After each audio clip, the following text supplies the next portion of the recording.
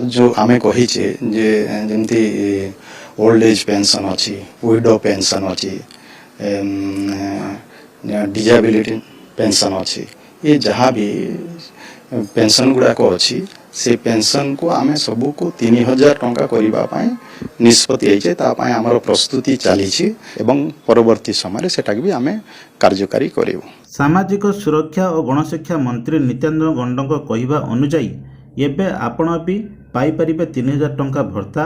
हाँ आज्ञा केवल 80 वर्ष ऊर्ध्व नुहे ताठारू कम होइथिले भी पाइबे 3000 टंका भत्ता।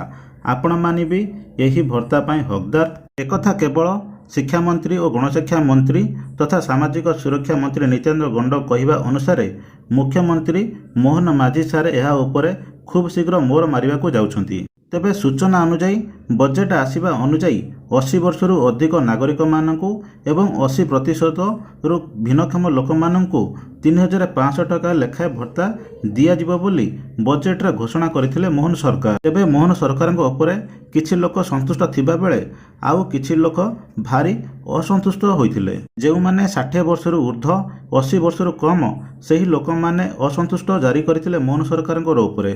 निर्वाचन समय रे गोटे कथा सरकार को आसिया परे आउ गोटे कथा एभली किछि टार्गेट करथिले मोहन सरकार उपरे।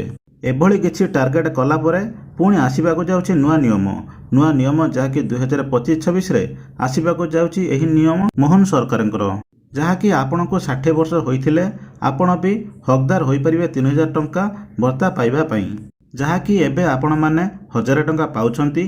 तेबे खूब शीघ्र एही योजना लागू हेबाकू जाउछि 2025 रे बजेट रे लागू हेबो।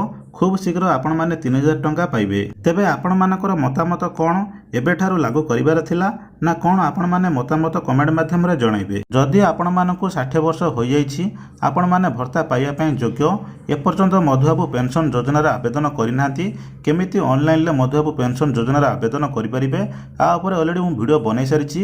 ए वीडियो रो डिस्क्रिप्शन ले आपण मानकू लिंक मिलि जिवो सेठू जाके क्लिक करिकि आपण आवेदन करिबा चाहूथिले आवेदन करि परिबे। एवं वीडियोटी भल लागिथिले आपण माने गोटे लाइक करदेबे व्हाट्सएप रे सांगा सहित शेयर करनेबे चैनल नोकर आसिथिले चैनल को सब्सक्राइब करनेबे पाखरे थे बेल आइकन देबे और ऑप्शन करनेबे जहाँ द्वारा आगे हेल्पफुल वीडियो अपलोड हो सर्वप्रथम आपण माने पाई परिबे।